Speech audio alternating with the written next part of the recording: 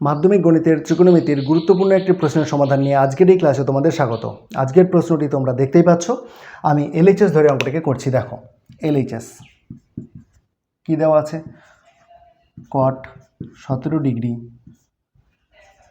কট 73 degree, cos square 22 degree plus 1/tan 73 degree, sec square 68 degree.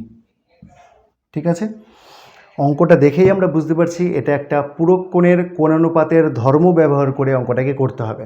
চলো শুরু করছি। তাহলে লিখছি, কট 17 ডিগ্রি ছিল, লিখে দিলাম। কট 73 ডিগ্রি লিখে দিলাম।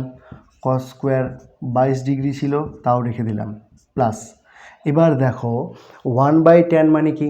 1/tan মানে কট, আমরা জানি। তাহলে এটাকে লিখবো আমরা কট 73 ডিগ্রি 1/tanটাকে। আর 1/sec স্কোয়ার মানে কি? 1/sec স্কোয়ার মানে হচ্ছে কস স্কোয়ার, তাহলে এটাকে লিখবো কস স্কোয়ার 68 ডিগ্রি। কেন? কারণ আমরা জানি কস আর সেক হচ্ছে পরস্পরের অনন্যক।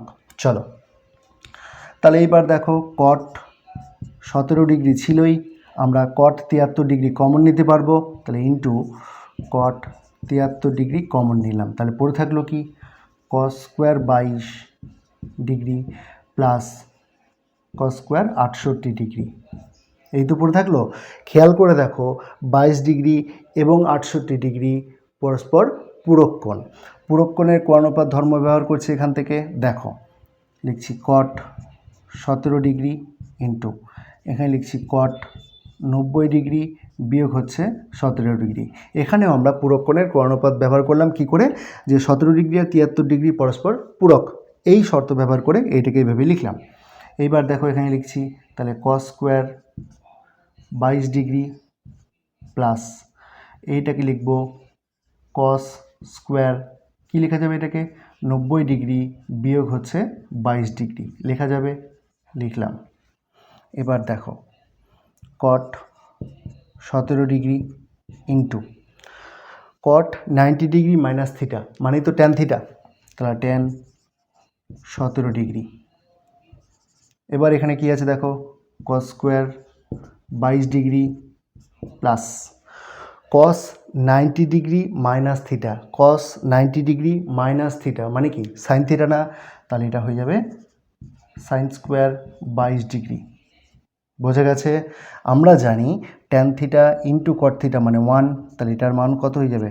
1 into sine square theta plus cos square theta মানে 1, এটা কত হয়ে যাবে তাহলে? 1। এটাই তো আরএইচএস, তাহলে এটা হচ্ছে আরএইচএস। ডান দিকে আমি একটু লিখে নিচ্ছি, যেহেতু tan theta into cot theta equals to 1 এবং sine square theta plus cos square theta equals to 1, এই দুটো শর্ত ব্যবহার করে কিন্তু আমি এটা লিখতে পারলাম। তাহলে এটা হলো কত? 1। এটাই তো প্রমাণ করতে বলেছিল, তাহলে প্রুভড। আজকের মতো ক্লাসটা এখানেই শেষ করছি। দেখা হচ্ছে অন্য কোনো একটা ক্লাসে। ক্লাসটা কেমন লাগলো জানাতে কমেন্ট করো। চ্যানেলে নতুন হয়ে থাকলে সাবস্ক্রাইব করে সাথে থেকো।